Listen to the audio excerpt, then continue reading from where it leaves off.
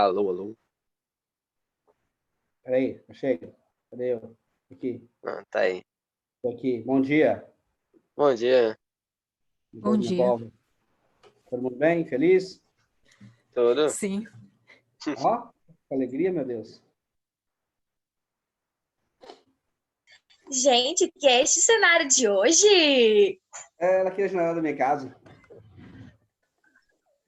Ai, amei, nos convide. Aí, ó.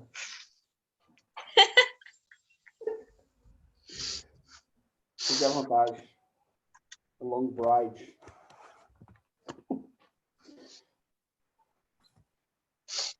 Cadê? Você estava na aula de quem? Matemática.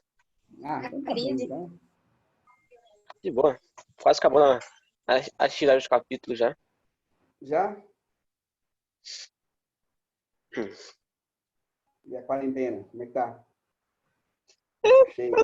Não, Hã? ainda. Igual o burrinho do Shrek. Pode sair. Pode sair. Ai, ai. Cadê? Vou pegar uma imagem aqui de quando a gente voltar para a aula aqui, ó. Vou mostrar para vocês. Quando a gente voltar para a escola aqui, já tem que usar.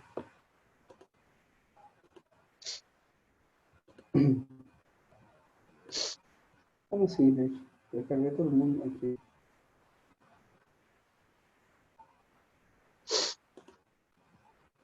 O que é isso? O que eu fiz aqui, hein? O que eu fiz? Ah, tá. Aqui. Cadê? Gente, aqui. Acho que eu quero. Tá todo mundo aqui já?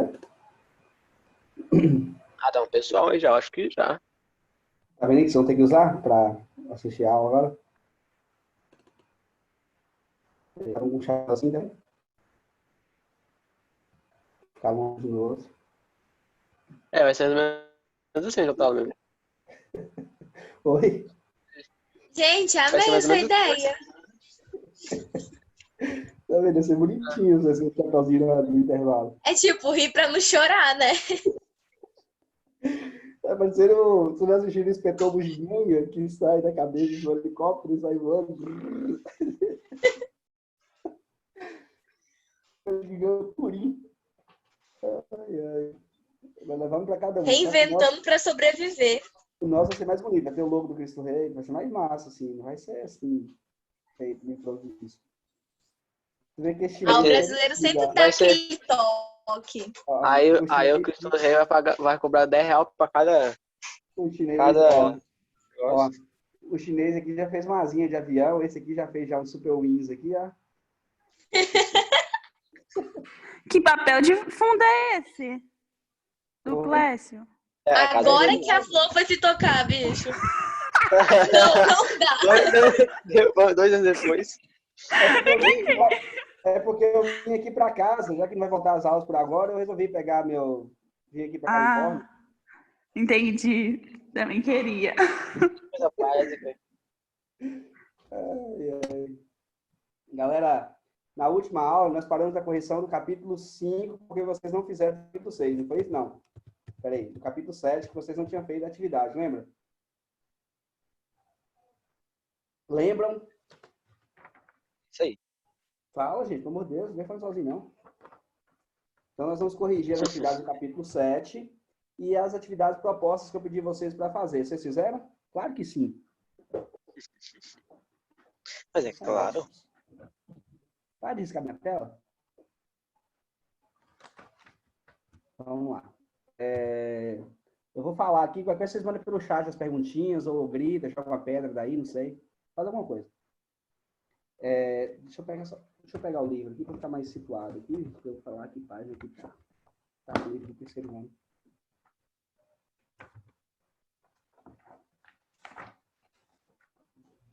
Eu vou ficar com o livro do meu lado aqui, porque eu consigo falar.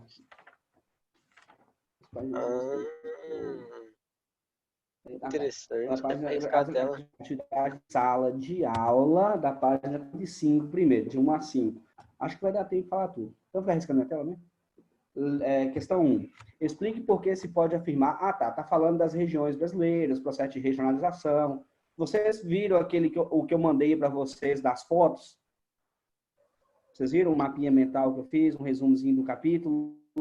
Sim, Copiado no caderno, que eu fiquei uma noite fazendo aquilo, para vocês copiarem aquilo. sim, você brilhou muito. Olha, Oi? eu colei, imprimi e colei, também serve? Ah, legal. Pare, Manuel. Eu fiquei uma noite copiando para você fazer isso. Ué, Tá certo. é bom. Mentira, né? Nem Só isso. um fazer, tá bom, né? Mas é bom, eu gosto da ideia de copiar, porque quando você copia, você aprende. E eu tenho essa paranoia comigo, entendeu? Eu também. Então, vamos lá. Explique por que você pode Emanuel é um afirmar... caso à parte. É triste a situação. Vamos lá. Explique por que se pode afirmar que a desigualdade entre as regiões brasileiras possui origem histórica. Por que no Brasil essa divisão de características regionais tem origem histórica? O processo de colonização brasileira escravizou indígenas, promoveu a criação de latifúndios, utilizou mão de obra escrava durante todas as regiões litorâneas, principalmente no Nordeste. Esse fator associado ao processo de industrialização contribuiu para as desigualdades no interior do território brasileiro. Vou explicar um detalhezinho para vocês. A forma com que o território vai se configurar a partir do processo de colonização, ele vai definir, por exemplo, o nosso processo de industrialização. Né? A partir do momento que você tem os produtores de café descendo para a região sudeste brasileira, onde essas pessoas começam a produzir dentro de suas propriedades, o café começa a fazer... Você tem o café na região sudeste, ainda com o processo de escravização da mão de obra, você tem um incentivo, é sério, né? Você tem um incentivo da vinda de imigrantes italianos para cá, que posteriormente vão trabalhar nas indústrias brasileiras. A concentração de produtores de café no Sudeste brasileiro vai fazer com que as nossas indústrias nasçam nessa região, porque são as pessoas que têm dinheiro para investir nas indústrias. Bacana? Então, todo o processo, primeiro, a escravização da mão de obra já vai gerar um processo de desigualdade econômica. Porque se você tem uma mão de obra escrava, essas pessoas não vão ter dinheiro. Logo vai ter um mercado consumidor limitado. Aquilo que eu expliquei para vocês quando eu expliquei sobre a reforma agrária, que quando você tem a concentração de terras e o uso de mão de obra escrava, você tem poucas pessoas que têm dinheiro dentro da sociedade. Então, isso no Brasil, se você pegar que no Nordeste, esse processo de escravização de mão de obra, de latifúndio, aconteceu de maneira muito mais intensa do que na região Sudeste, que a região Sudeste posteriormente vai se industrializar, é uma das explicações que vai ter os Nordeste menos desenvolvidos do que o Sudeste, por exemplo. Questão 2. Depois eu mando os slides, que agora vocês copiam a resposta, se não tiver certo. Cadê vocês? Aí. Questão 2. O Brasil e os complexos regionais. Os complexos é onde a gente divide o Brasil em 3 regiões. O critério adotado na divisão descrita no mapa anterior tem por referência a base física que se destaca as bacias hidrográficas. Não é essas características usadas para dividir o Brasil dessa forma. Os aspectos demográficos, considerando a distribuição da população brasileira, também não. Você vai usar aspectos demográficos, mas em outra perspectiva. O setor secundário, que são as indústrias, mediante o número de estabelecimentos industriais. Não, porque senão essa regiãozinha aqui do Mato Piba estaria diferente, separada dessa região aqui do Sudeste. As características socioeconômicas relativas à população e às atividades produtoras. Então, você vai ter umas características sociais, culturais, mas associadas às questões de produtividade e ao nível de desenvolvimento. Que é isso, gente? Fazer que vocês igual os meninos do 7º ano, tá? Cadê? Como é que eu faço isso? Caralho, tá foda, hein? Só foi eu falar que tinha como desenhar um negócio, vocês pintaram Não. a porrada toda. Quê? É que se a gente desenhar aqui, aparece aí. Aí o pessoal tá desenhando tudo isso, essa merda. Agora, não desenha mais não. Desenha mais não. Desenha agora pra eu ver. Ô, gente, as aulas estão sendo gravadas. Tem sim, né? É isso aí. Bem lembrado. É Não desenha mais fogo. que vai dar. Agora ficou mais não. Pronto. É fogo, hoje não pode ter. Eu preciso do meu setinho de volta aqui. Ó.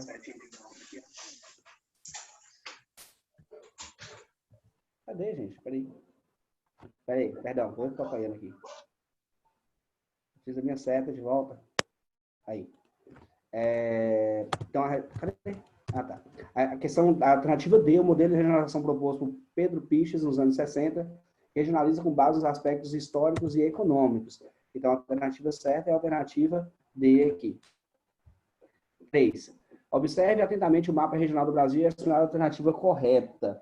Essa questão 3, e a gente tem o Brasil dividido de maneira oficial, da forma que o IBGE divide o Brasil. O número 5 assinala a região sul, está certo, que apresenta numerosos descendentes europeus, está certo, os quais mantiveram a cobertura vegetal original e adotaram uma agricultura extensiva, está errado, e itinerante voltada para o exterior, está errado. Você tem aqui uma atividade agrícola intensiva, com modernas técnicas implantadas, e essas atividades aqui, principalmente na região sul, é voltada para o mercado interno. Letra B. O número 1 corresponde à maior das regiões brasileiras, está certo, e uma das condições naturais permitindo o aparecimento de uma mata temperada homogênea, está errado, com devastações enormes apontadas por satélites. A parte da devastação está certa. A parte de ser uma mata temperada homogênea está errado, porque além de ser uma floresta tropical, ela é totalmente heterogênea, diversificada. 2. C. O número 2 indica a região menos importante e mais pobre da época colonial. Está errado, galera. O Nordeste, na época colonial, era a região mais rica do Brasil, que era onde tinha os engenhos de cana-de-açúcar. D. O número 4 diz respeito à região mais industrializada e urbanizada do Brasil, com destaque para as cidades de São Paulo e Rio de Janeiro, que polarizam o país inteiro. Tá certo, a alternativa certa é essa aqui, que é a região mais industrializada do Brasil, apesar de haver um processo de descentralização industrial, mas ainda é a região mais industrializada do Brasil. Número 3, a cidade do Centro-Oeste, tá certo, mesmo Centro-Oeste, que passou a crescer após a construção de Brasília, mesmo apresentando condições adversas pela semiaridez e a vegetação de caatinga. Está quase tudo certo, menos vegetação de caatinga, que aqui a gente tem um cerrado. Caatinga ela é típica da região Nordeste. A resposta certa é a letra D. Né? 4.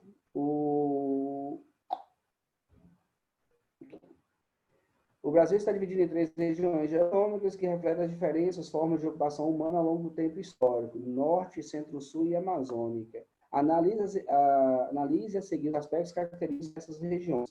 O Nordeste é o principal fluxo de saída de pessoas nas migrações internas do país. Tá certo? A região Centro-Sul é a mais industrializada e povoada e urbanizada do país. Tá certo? A Amazônia... Fica fácil, é isso aqui, ó. Ah, não. A Amazônia é a região menos povoada do Brasil e sofre grandes impactos ambientais, tá certo? A região nordestina apresenta muitas marcas de colonização, praticamente a região mais rica do Brasil. Esse sexo de região mais rica foi a época do período colonial do Brasil. Então, todas as alternativas é a letra E. Questão 5. Com relação ao Centro-Sul, uma das regiões geoeconômicas do Brasil, assinale a alternativa correta. O Centro-Sul, para refrescar a cabecinha de vocês, é essa região aqui, ó. Bacana? Vamos lá. Representa a região de ocupação mais antiga do país, sendo que durante 3 séculos foi a região mais rica e povoada, tendo cana-de-açúcar. Não, isso aí é o Nordeste, não é a região Centro-Sul. As práticas mais modernas da agropecuária encontram-se nessa região, especialmente no interior de São Paulo, Rio Grande do Sul e Minas Gerais. Não, as práticas mais modernas de agricultura que a gente tem no Brasil é na região Centro-Oeste, né? Lá na região Centro-Sul, desculpa, mas em Mato Grosso, principalmente, que são aqueles grandes silos agroindustriais que a gente tem, produtor de soja, de rebanhos intensivos, aquela coisa toda. É a região mais urbanizada do país, apresentada por importantes áreas industriais, Grande São Paulo, Grande Rio de Janeiro, Grande Belo Horizonte e Grande Porto Alegre. É uma pergunta bem parecida com a pergunta anterior. A resposta certa é a letra C.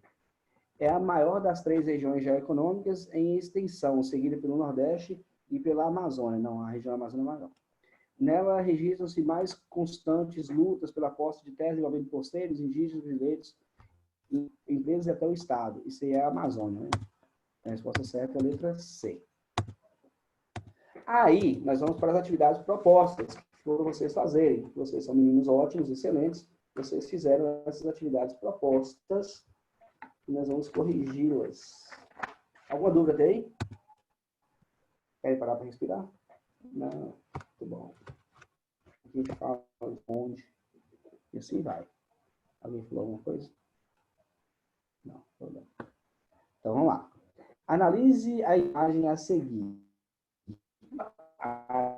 Anamórfica.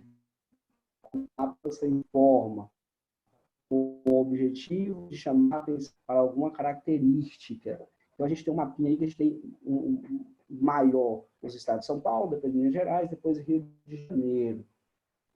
O objetivo dessa representação cartográfica é mostrar, né, o que esse mapa quer mostrar, de acordo com seus conhecimentos sobre o território brasileiro, sobre os estados brasileiros, o quantitativo de habitantes residentes em cada uma das regiões do IBGE. Olha aqui, a região aqui, a gente tem o Sudeste, a gente tem o Sul, Nordeste e Norte. Em qual característica, e para vocês pensarem, conseguirem responder essa questão, pensa assim, em qual característica o Sudeste vai sobressair em relação às outras regiões do Brasil? Né? E tem que ser uma característica que o Sudeste sobressai e o Nordeste sobressai em relação ao Sul. Assim, industrialização. Onde tem mais indústria? No Nordeste ou no Sul do Brasil? Então, vai partir daí, vai criando um raciocínio. Quantitativo de habitantes residentes em cada uma das regiões, a superioridade econômica dos estados que compõem o centro-sul brasileiro. Aí você pensa assim, ó o Rio Grande do Sul, ele tem essa superioridade em relação ao Rio de Janeiro? A desigualdade do gênero existentes em diversas unidades de federação do país, a expressividade produtiva das propriedades agroexportadoras nas macroeconômicas. A resposta certa, para a letra A. Vocês acertaram. Muito bem. Quantitativo de habitantes. Repara que primeiro tem São Paulo, depois Minas Gerais e Rio de Janeiro. Então, como que tem uns gatilhos para a gente saber, ó? Superioridade econômica dos estados do centro-sul brasileiro. A economia do Rio de Janeiro, provavelmente, é um pouco diferente, maior, talvez, que a economia do Rio Grande do Sul. Não, talvez não, maior que a economia do Rio Grande do Sul. O outro destaque aqui é Rio de Janeiro e Minas Gerais. O Rio de Janeiro vai ter uma economia relativamente maior que Minas Gerais.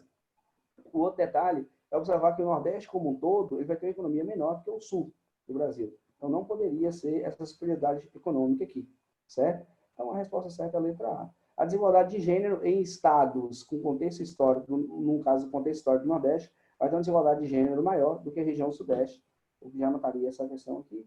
E a produtividade de propriedades agroexportadoras, aqui a gente teria o Mato Grosso do Sul muito grande, se fosse esse item aqui. A resposta certa é a letra A. 2. O livro Terra, do fotógrafo Sebastião Salgado, que estava ontem no Roda Viva, por sinal, documenta o drama dos despossuídos imigrantes no Brasil ao longo da história, sendo dedicado a milhares de famílias no país. A exposição Terra, resultante desse processo, passou por 40 países e mais de 100 cidades brasileiras, do livro Sebastião Salgado. Nas últimas décadas, a questão agrária no Brasil estimulou diversas iniciativas de protestos e mobilização artística e social, como a exemplificada pela foto publicada no livro Terra. Na atualidade, a manutenção dos conflitos agrários no Brasil é explicada pela continuidade dos seguintes aspectos. Letra A, concentração da propriedade fundiária e desigualdade social. Letra B, estagnação da produtividade rural. Ou seja, a produtividade rural ela parou de crescer, ela continua a mesma? Não, né? A produtividade rural ela tem aumentado muito. Desqualificação da mão de obra assalariada e corporativismo sindical. Não, galera, a gente tem uma ação da nossa mão de obra, né? Mesmo que a gente tenha inserção de máquinas, você precisa dessa qualificação de mão de obra aí. Lembre isso, no mundo globalizado, vocês estudaram nas aulas anteriores, no mundo globalizado, a mão de obra qualificada é mais valorizada. Crescimento populacional camponês e regionalização do progresso industrial. Então, as questões agrárias da terra têm continuidade de qual item? A gente tem aqui a concentração da propriedade fundiária e a desigualdade social. Isso é uma coisa que vem acontecendo no Brasil desde a época das divisões em capitanias hereditárias, né? Que a gente tem um processo de desigualdade na distribuição dessas terras aí. Muito bom. Questão 3.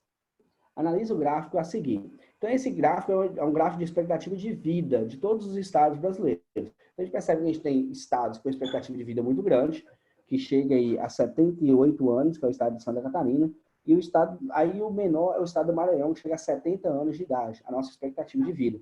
Repara uma coisa bacana a gente ver aí, é que o Espírito Santo tem a terceira maior expectativa de vida do Brasil.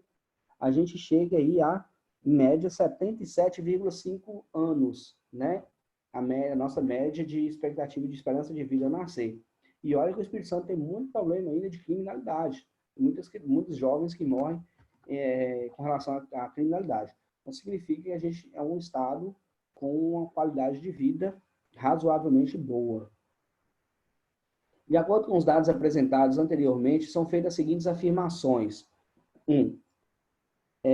Em função da mudança do comportamento reprodutivo das mulheres residentes em áreas urbanas, a taxa de fecundidade vem apresentando aumento proporcional ao aumento da expectativa de vida no Brasil, com níveis elevados de fecundidade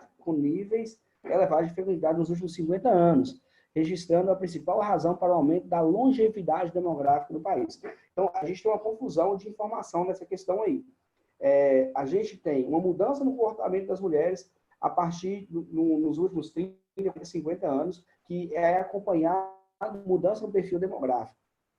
Os brasileiros, eles tendem a sair de áreas rurais e ir para áreas urbanas. Então, a população urbana muito maior a partir da década de 70, 80 e assim por diante. Porque as pessoas saem do campo, vão para as cidades e começam a ter filhos nas cidades, então a população urbana vai aumentar muito mais que a população rural. Ponto, isso é um ponto. A mulher, dentro desse contexto, ela começa a ter mais ou menos filhos? Ela começa a ter menos filhos. Então, a taxa de fecundidade, ela vem diminuindo, né, ao longo do tempo. A partir do momento que as pessoas vão se deslocarem para as cidades, o comportamento da mulher, a inserção da mulher no mercado de trabalho, o acesso a sistemas de saúde, planejamento familiar, etc., etc., vai fazer com que a média de filhos por mulher vá diminuir. Então, isso é a taxa de fecundidade que vai diminuir ao longo do tempo. Né? Então, essa primeira questão é totalmente errada. 2. Os novos dados sobre a expectativa de vida da população brasileira revelam uma mudança na forma da pirâmide etária. Na sua base, a sua base diminui em razão do declínio das taxas de fecundidade e o topo começa a se alargar em decorrência do aumento da longevidade nas unidades da Federação Brasileira. Então, a pirâmide etária, não sei se vocês lembram, podia ter pego algum aqui, é aquele gráficozinho que vai mostrar a população brasileira dividida por sexo, feminino e masculino, e por faixa etária, né? Então, a faixa etária de baixo, a base da pirâmide, vai indicar o número de filhos, né? A taxa de natalidade dessa população. Então, quanto maior a taxa de fecundidade, maior é a taxa de natalidade. Óbvio, quanto mais filhos por mulher a gente tem na população, mais vai nascer gente. Então, quando você diminui essa quantidade de meninos, a base da pirâmide ela vai diminuir. Para levar isso para a prática, conversa com os avós de vocês, bisavó, tio, pessoas mais velhas, eles vão falar com vocês que os pais deles tinham 5, 6, 7, 8 filhos, ao passo que vocês hoje provavelmente têm 1, 2, 3 irmãos. Então, isso a gente já percebe uma mudança no perfil da população. Então, a base da pirâmide já diminui porque você tem poucas pessoas. Como a qualidade de vida nossa vai melhorar, a gente não vai morrer na parte mediana da pirâmide. A gente vai chegar a fases mais adultas, 70, 75 anos, 80 anos ou mais. Então, vai ter mais pessoas na parte de cima. Então, logo, o topo da pirâmide ele vai se alargar. Então, esse item aqui é o item verdadeiro. O percentual médio da expectativa de vida no Brasil ainda apresenta algumas particularidades regionais.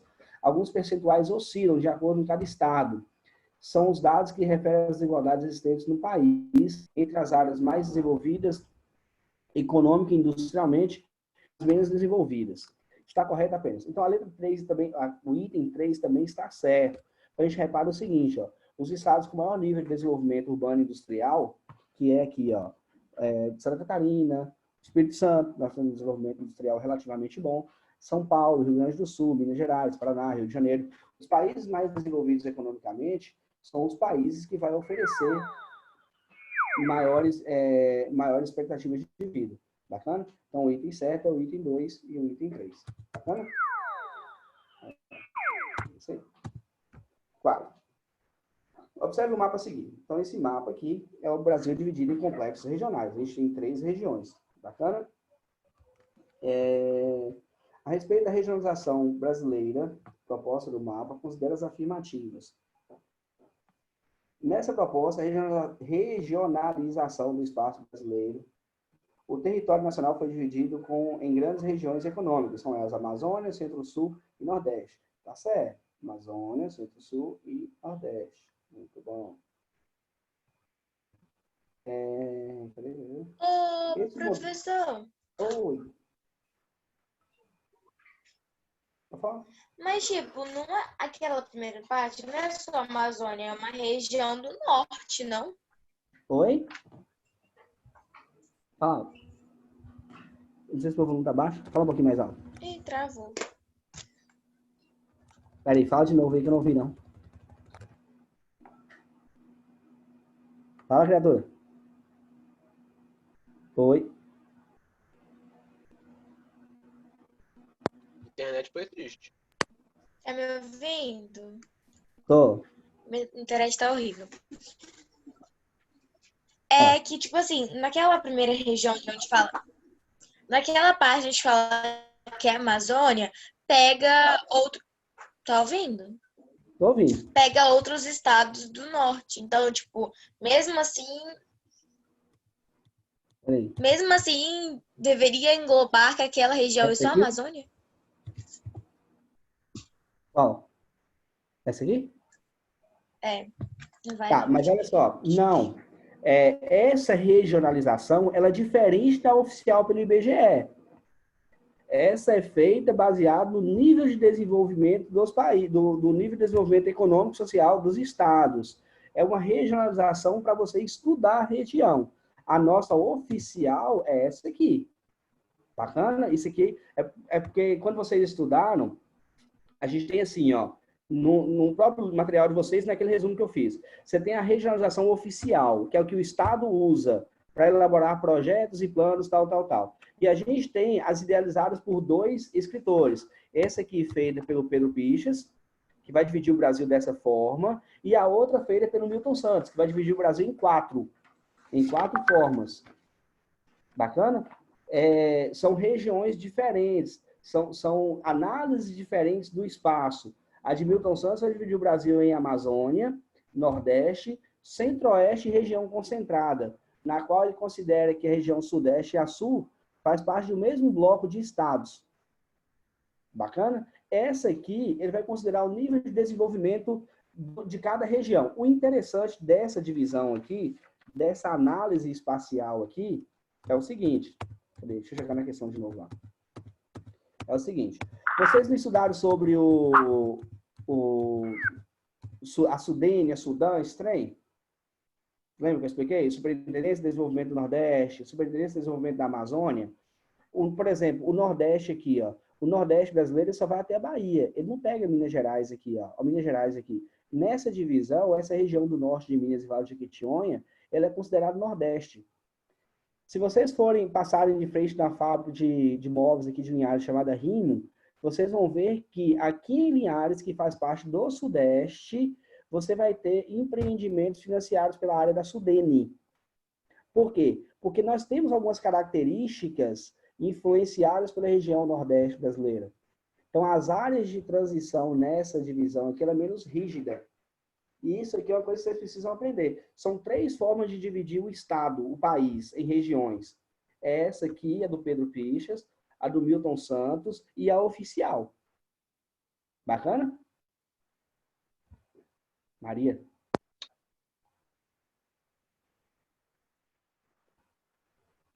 Ouviu? Aham,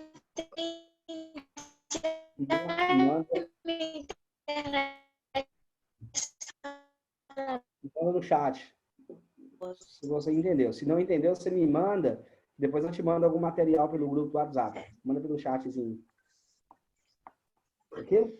Professor, Ah, eu tô vendo você explicando, eu acho que você acha que o seu livro tá aberto. Tá na criancinha da China ainda, tá? É verdade. Ah, tá do seu livro, né? por quê? Porque na tela não tá abrindo o seu livro, não. Tá na criancinha Eu da tava China. olhando isso aí, será que todo mundo tá vendo esses chinesinhos aí? Sério? Que eu tô falando o tempo todo. E agora É mais agora. caraca, velho.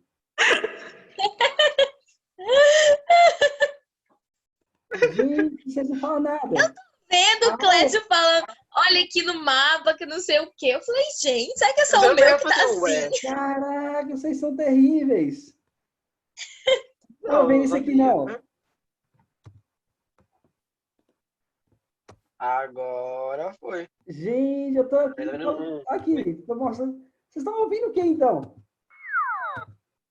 Olha, eu tava seguindo Eu tô olhando no livro. também. Caraca, velho. Eu Eu abri o livro no fiquei até 2 horas da manhã fazendo computador. os slides. Eu fiquei até 2 horas da manhã fazendo os slides, vocês ficaram olhando pro chinês. Vou ter que suspender essa aula lá do YouTube.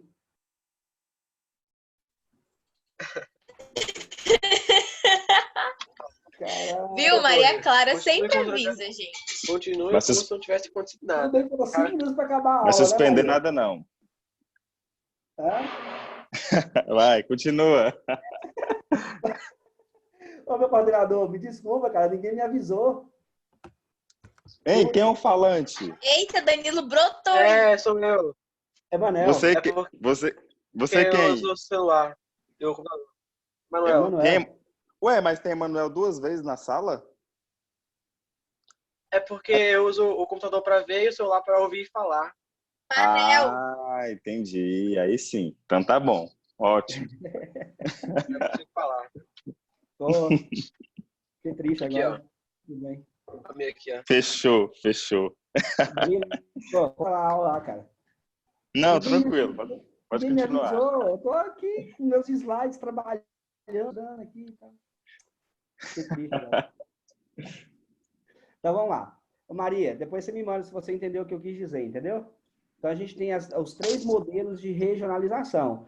Feito por 2 autores, que é o Pedro Pichas e o Milton Santos, que ele vai fazer uma análise do território, e a terceira, que é a oficial que o IBGE usa, que é a que a gente usa, Norte, Nordeste, Centro-Oeste, Sul e Sudeste.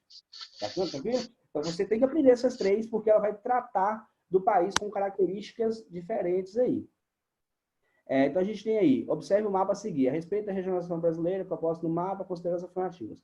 1. Nessa proposta de regionalização do espaço, o território nacional foi dividido em grandes regiões econômicas, Amazônia, Centro-Sul e Nordeste. Tá certo aqui, beleza, é isso mesmo. 2. Esse modelo difere das regionalizações do IBGE, uma vez que não respeita os limites políticos e administrativos dos estados. São os limites aqui fronteiriços, ó. Essa divisão ela não respeita. Marcante aqui é o norte de Minas, que faz parte da região nordeste. Mas também aqui, que essa parte do Mato Grosso, ele é a região por conta do desenvolvimento tecnológico imposto no setor agropecuário aqui. Bacana? Eu gosto de usar o Nordeste como exemplo aqui para ficar fácil de identificar. 3. O geógrafo Pedro Pichas Geiger focou os critérios de divisão na observação histórico de desenvolvimento econômico e social, como também os aspectos naturais da região. Então, a gente tem uma influência histórica muito grande. Quando o pessoal fala do norte de Minas, e eu sou do norte de Minas, essa pontinha aqui, ó, o pessoal fala, ah, mas você é mineiro. Eu falo assim, cara, essa parte de Minas, ela tem uma influência muito mais no Nordeste do que de Minas. Você percebe que essa região aqui é totalmente influenciada pelos aspectos culturais da região nordestina, né? O que vai acontecer também no Mato Grosso aqui, nessa parte do Mato Grosso aqui. Bacana? Então, 1, 2 e 3 está certo. Devido aos grandes contrastes regionais internos, o geógrafo propõe uma divisão em sub-regiões do Complexo do Nordeste. Nessa proposta, apresenta-se subdividida em zonas da mata e polígono da seca. Não. A gente vai ter uma subdivisão do Nordeste em mais regiões, que a gente vai ver mais na frente. Então, a resposta certa aqui, cadê? É a alternativa D, 1, 2 e 3. Muito bom. Aí a questão 5. Distribuição da população pelas regiões brasileiras em porcentagem. Ah, tá. Bem doido. A gente vai ter aqui um movimento migratório, um movimento de crescimento populacional urbano e rural no Brasil, né? A gente vai ter aqui, na verdade, vai ter um processo de migração. Vai conseguir identificar o processo de migração com essa tabela no Brasil durante os anos aí, de 1950 até 2010. Então, a gente vai ter aqui, ó, participação de porcentagem. Em 1950, o Centro-Oeste tinha 3% da população, no Norte tinha 3,9%, o Sul 15%, Nordeste, tal. Aí a gente percebe que, lá no ano de 2010, no Sudeste, você vai ter um decréscimo da população brasileira, da população em relação a 1950, né? No Nordeste, você vai ter decréscimo também, e nas outras regiões do Brasil, você vai ter quase com manutenção, sendo que na região Norte e no Centro-Oeste, você vai ter uma ampliação da participação. Não quer dizer que os números absolutos dessas regiões aqui, eles vão diminuir, pelo contrário, vão aumentar muito por conta do crescimento. Então, os sucessivos censos demográficos do Instituto Brasileiro de Geografia e Estatística buscam reconhecer a distribuição da população pelo território brasileiro, conhecimento relevante para os diversos tipos de planejamento. Considerando os dados da tabela anterior, assinala a alternativa correta. As regiões Norte e Centro-Oeste foram as únicas com acréscimos contínuos na participação regional desde 1950, fenômenos associados ao fluxo migratórios nacionais, incentivados políticas governamentais de ocupação do território. Eu vou marcar aqui. Então, você tem aqui a região Norte e Centro-Oeste, você percebe que a população dela é pequena, a participação é pequena no quadro populacional nacional total, só que ela sempre vem acrescido, ó, sempre vem crescimento contínuo, 3%, 3,8%, tal, 7,4%. Região Norte, da mesma forma, sempre vem crescendo. Por que isso vai acontecer? Porque a partir do momento, principalmente na década de 70, que você tem um crescimento muito grande das cidades na região Oeste e Sul brasileira, você começa a ter incentivos até governamentais para descentralizar essa ocupação territorial. Você tem aí a construção de Brasília na década de 60, que já vai tentar descentralizar o Brasil do eixo Rio-São Paulo. Você vai ter a criação da Zona Franca de Manaus, lá no meio da Amazônia, para tentar fomentar o desenvolvimento industrial naquela região. Então, você vai ter a região Centro-Oeste e Norte do Brasil sempre com incentivos para a mobilidade, para o deslocamento populacional para essas regiões. A região Sudeste e Sul, elas vão atrair naturalmente as pessoas por causa do desenvolvimento econômico, certo? Só que elas não vão conseguir manter esse fluxo migratório de maneira contínua, porque as cidades uma hora vão inchar, as cidades uma hora vai crescer. Eu vou continuar por causa do tempo nosso aqui. Questão 6. O aumento dos fluxos entre meados do século XX, 1950, e os dias de hoje é realmente significativo. 30 anos de transição entre os albores da unificação do mercado e do território brasileiro, o movimento aéreo de passageiros cresceu mais de 26 vezes. Então, vamos lá. Os 30 anos que a gente fala dos albores é quando você começa a ter uma intensificação dos movimentos em todos os territórios brasileiros. Você começa a ter uma unificação econômica no Brasil. Você começa a ter fluxos migratórios, comerciais por todos os países, mesmo que a gente saiba que existam desigualdades ainda dentro desses fluxos. Você vai ter áreas que vai fornecer matérias-primas e áreas que vai fornecer produtos industrializados. O Nordeste vai ser fornecedor de matéria-prima. O Centro-Oeste, principalmente na parte mais próxima à região da Amazônia, vai fornecer produtos de baixo valor agregado, enquanto a região Sudeste vai fornecer produtos com maior valor agregado. Então, sobre esse aspecto da realidade, constatado no início do século XXI, pode ser dito que evoluiu, mantendo a curva ascendente, sempre crescendo, mas sempre encontrando obstáculos relacionados à grande desigualdade econômica e regional no Brasil. Então, os nossos fluxos, os nossos movimentos de pessoas, eles vão ser sempre crescentes. Você vai ter, a partir do momento que você vai ter um desenvolvimento de meio de comunicação, de transporte, a intensificação do comércio, as pessoas vão se movimentar mais pelo território. Só que quando você tem um território com desigualdades internas, quando você chega em lugares menos desenvolvidos, você vai ter algo que vai impedir essa continuidade do fluxo. Por exemplo, você consegue circular pela região sudeste do Brasil com muita facilidade. Você consegue ir a Vitória, pegar um avião para o Rio de Janeiro, para Belo Horizonte, para São Paulo. Só que se você quiser movimentar na Amazônia, que é um estado da região norte, você já não consegue tanta facilidade. Ah, mas a Amazônia tem a área de floresta, é mais difícil e tal. Muito bem, vai na Bahia, então. Tente circular dentro da Bahia com essa mesma facilidade. Você não vai conseguir. Até a quantidade de cidades, polos, cidades polarizadoras dentro da Bahia vai ser menor do que nas regiões sudeste aqui. Nas regiões sudeste vai ter cidades como Campos, Goitacazes, como cidades em volta do Rio de Janeiro, ali na região metropolitana. Você vai ter cidades de Betim, Belo Horizonte, próximo a Belo Horizonte, Ipatinga, próximo a Belo Horizonte. São cidades polos que você vai conseguir ter um fluxo mais fácil por ali do que na Bahia, por exemplo, você vai ter poucos polos de desenvolvimento.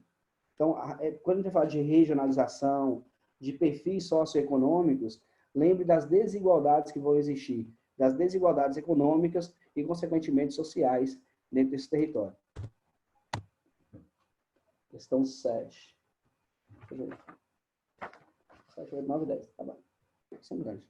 Devido às diversidades, União Oeste, devido às diversidades físicas, sociais e econômicas do Brasil, a divisão territorial brasileira em regiões geográficas sempre foi uma necessidade para a compreensão das suas características, mas, ao mesmo tempo, é também uma dificuldade devido à complexidade dos elementos constituintes. Quanto à regionalização do Brasil, assinar a alternativa correta. A primeira regionalização oficial do Brasil foi realizada em 42, vigorou até 69, utilizando-se critérios político-administrativos, organização, nosso... Não. Lá na década de 50, você vai ter várias mudanças lá, né? A gente vai ter uns quadrozinhos no livro, deixa eu pegar aqui. Lá no início do livro, a gente vai ter os quadros, a gente vai ter várias mudanças, em 45, em 50, vai ter várias mudanças nessas divisões regionais aí. B. Como tentativa de abarcar as diferenças físicas e econômicas do Brasil, foi instituída a regionalização geoeconômica, que criou 4 regiões: Amazônia, Nordeste, Centro-Sul e Concentrado. Essas regiões criadas a partir essas regiões geoeconômicas, elas são criadas a partir da análise do desenvolvimento técnico-científico e informacional de cada região, e não a partir das diferenciações físicas do território. As regiões geoeconômicas amazônica foi criada pelo governo para que, nessa unidade administrativa, seja desenvolvido somente projeto de conservação ambiental. Não, você vai ter aí a instalação da Zona Franca de Manaus, na região amazônica, que também nem foi instituída pelo governo. A atual divisão política e administrativa do Brasil foi definida a partir da promulgação da Constituição de 88, quando o país passou a contar com 26 estados e um Distrito Federal, dividido em 5 regiões. Essa é a alternativa correta. Foi a partir da promulgação que a gente teve a formalização dos 27 estados e não mais territórios nacionais como a gente tinha antes. Essa é a resposta aqui. Me perdi aqui. Questão 8.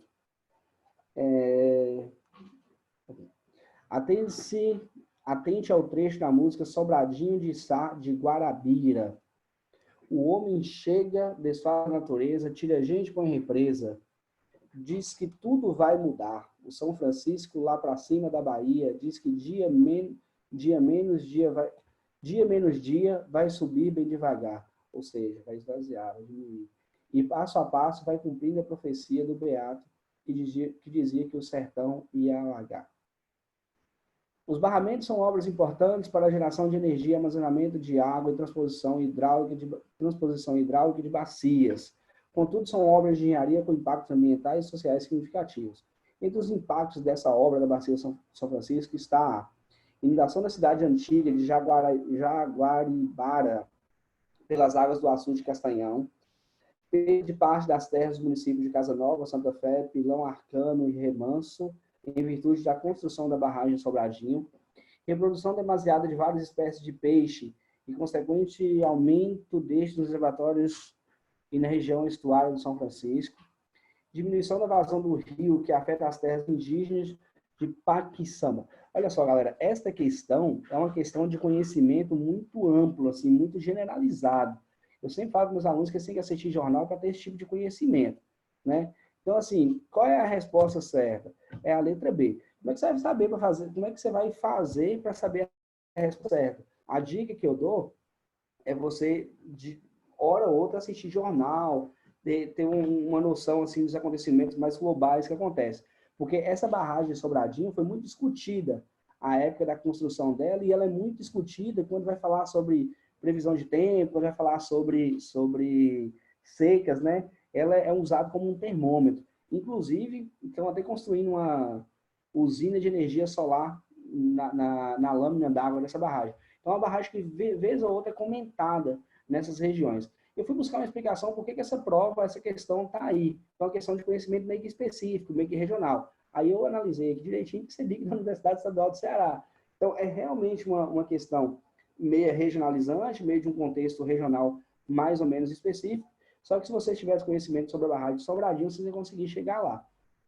O outro detalhe é o seguinte, as alternativas C e D, elas são extremamente descartáveis, porque essa diminuição da vazão do rio, ela não vai acontecer em função da barragem diretamente, porque se você tem um fluxo mantido, você não vai ter essa diminuição de vazão do rio em função da barragem. E a outra coisa é que a reprodução de demasia de espécies de peixe, tal, ela não vai chegar até a fonte estadual do Rio São Francisco, já que essa água está represada. Então, ficaria entre a letra A e a B. Eu acho que o açude de Castanhão não seria que estaria mais acima, bem acima da barragem de Sobradinho. Alternativa B. Eu voltei. Quem votou? Eu, Olha, eu mandei falar que tinha caído. Você não estava aí, não? sua mais ilustre aluna. Mas você não estava aí, não? Saiu? Eu saí porque a minha internet está caindo toda hora. Aí isso aqui é ruim, ó, tá vendo? Se fosse na sala de aula, eu ia fazer uma ocorrência. Tomara que Danilo esteja escutando isso. Danilo vai estar escutando isso. Que isso, Clécio. Vou terminar que eu já tô rouco aqui. Falta 9 a 10. E tomara que estão aprendendo alguma coisa. Isso é mais cansativo que dar aula na sala de aula. Tá aqui registrado o meu desabafo. Vamos lá. Observe o mapa a seguir. A gente tem um mapa dividido em 3 regiões aí. Considerando a proposta de regionalização do Brasil, apresentado no mapa, afirma-se que o extremo norte de Minas Gerais foi cartografado como pertencente ao Nordeste pelo predomínio da pecuária intensiva nesse espaço. Não, galera, a região norte de Minas aqui, ó, é caracterizada pela pecuária extensiva, com pouco uso de tecnologia. 2. A região denominada Amazônia coincide com o norte da regionalização do Instituto Brasileiro de Geografia e Estatística. Está errado. Porque a gente vai ter estados aqui, da região Nordeste, na região Norte, aqui, Amazônia. A porção ocidental do Maranhão foi incorporada à Amazônia devido à sua participação no circuito econômico extrativista. Aqui, ó. Verdade. A região Centro-Sul engloba as áreas de maior desenvolvimento econômico nos setores primário, secundário e terciário. Sim, a alternativa certa é a 3 e a 4. Né? Essa divisão vai levar muito em consideração o desenvolvimento econômico nos 3 setores, diferente da regionalização do Milton Santos, que vai levar em consideração o desenvolvimento técnico, científico e informacional, muito ligado ao segundo setor econômico e ao terceiro setor econômico da economia. São 10. Para finalizar. Isso é muito grande. Em 1932, o Estado brasileiro instalou campos de concentração. Eu vou resumir a história. Nessa época, tive uma seca tão grande, mas tão grande no Nordeste. Lá em Fortaleza, eles criaram campos de concentração longe das cidades, para as pessoas não morrerem de fome nas cidades. Né? Isso em 1932. Sobre o tema das secas no Nordeste, de maneira ampla, é correto afirmar que o chamado polígono das secas abrange a zona da mata desde a Bahia até o Maranhão. Foi oficialmente marcado em 1930 no contexto da Grande Seca. Não, não é não. A zona da mata é a faixa litorânea da região nordestina. Cadê? Grandes levas de retirantes flagelados do Ceará saíram do sertão e se direcionavam ao agreste nordestino em busca de trabalhos canaviais ou as capitais do Sudeste à procura de emprego no comércio. Não, eles iam procurar empregos ou na indústria ou nas lavouras do interior de São Paulo, não no comércio. Letra C. O projeto de transposição da água São Francisco, implantado na atual medida de combate à seca, resulta em desassoreamento desse canal fluvial. Pelo contrário, pode provocar um assoreamento, já que você vai ter uma condição exploratória do rio maior. A ocorrência de campos paraflagelados explica-se pela ausência de políticas de combate às secas implantadas apenas em 1960 pela Superintendência de Desenvolvimento do Nordeste. Na verdade, a ocorrência desses campos de combate à seca era justamente uma falta de qualquer tipo de política desenvolvida para manter a dignidade daquelas pessoas sofridas e, sinceramente, pela Superintendência de Desenvolvimento do Nordeste. Letra E, a explicação do fenômeno de migração para as cidades como decorrente da pobreza no sertão é exclusivamente relacionada a C. Deixa eu ler de novo. A explicação do fenômeno de migração para as cidades como decorrente da pobreza do sertão e exclusivamente relacionada à seca é insuficiente, por lógica da concentração fundiária e suas consequências. Então, você falar que o problema do sertão é só a seca, isso é pouco, é insuficiente. Por quê? Porque você tem condição de amenizar esses problemas se você tivesse um desenvolvimento político e econômico desse lugar desde a época de sua ocupação colonial. Então, como você tem uma relação desde o período colonial de exploração, de concentração de riquezas, você vai ter um aumento da pobreza nesse lugar, que obviamente vai sofrer mais em períodos de seca. Só para citar um exemplo, os fazendeiros do sertão, que estão no sertão, mas que têm uma condição de vida razoavelmente boa, não vai sofrer com a seca da mesma forma que uma pessoa extremamente pobre naquele lugar. Tranquilo? Então, os problemas do sertão não estão relacionados à seca, está relacionado ao contexto de colonização, ao contexto de desigualdades sociais existentes naquele lugar. Tudo certo? Tudo tranquilo? Então, a resposta certa é a letra E, esqueci de fazer. Cara. Muito bom. Ô, professor, qual que é a 7 que eu perdi? A 7? Isso. A D. Ai, vocês são ótimos, velho. Como é que ninguém me avisa que eu tô mostrando o chinês para todo mundo? Ai, Senhor Jesus. Galera, terminamos por hoje. Semana que vem teremos materiais novos. Amanhã tem aula, né? Vou mandar um materialzinho novo para vocês. Pegaram os livros já, todo mundo? Nem saí do portal ainda. Não. Então vou mandar um textozinho complementar para amanhã. Exatamente, nem saí da roça. Tá triste. Vou mandar uma atividadezinha complementar para amanhã, então. Semana que vem a gente trabalha o capítulo novo. O importante é comer só almoço.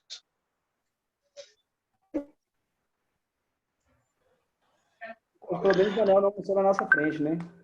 Tudo certo. Não, porque eu tirei a câmera, mas eu já comi já.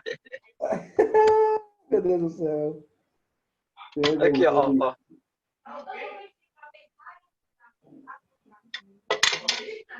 O Manel parece aqueles bebês, sabe? Não pode passar de 11 horas que não dá certo. Tá certo, gente. A fome mata. Perde um gordo com fome, é horrível ver isso.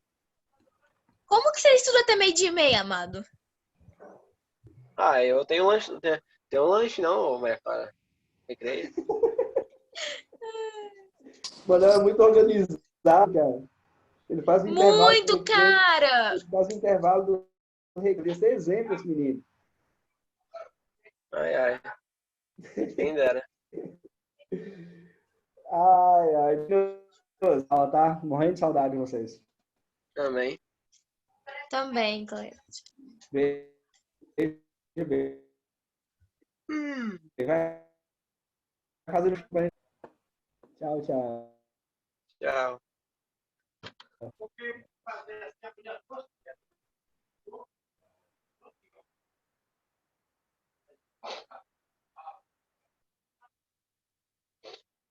Se eu conseguir sair, tchau.